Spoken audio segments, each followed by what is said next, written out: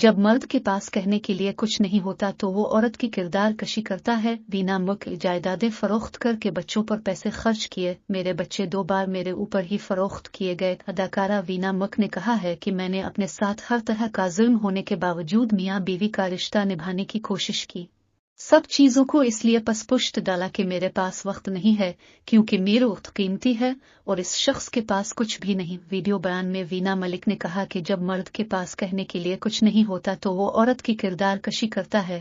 شوق سے کردار کشی کی جائے کیونکہ اس میں کوئی حقیقت نہیں۔ اداکارہ نے کہا کہ یہاں تک کہ میرے نام پر بہت سے لوگوں سے ادھار پیسے کھائے گئے، وہ 6 لوگ اتنے قابل احترام تھے کہ میں نے انہیں پیسے واپس کیے۔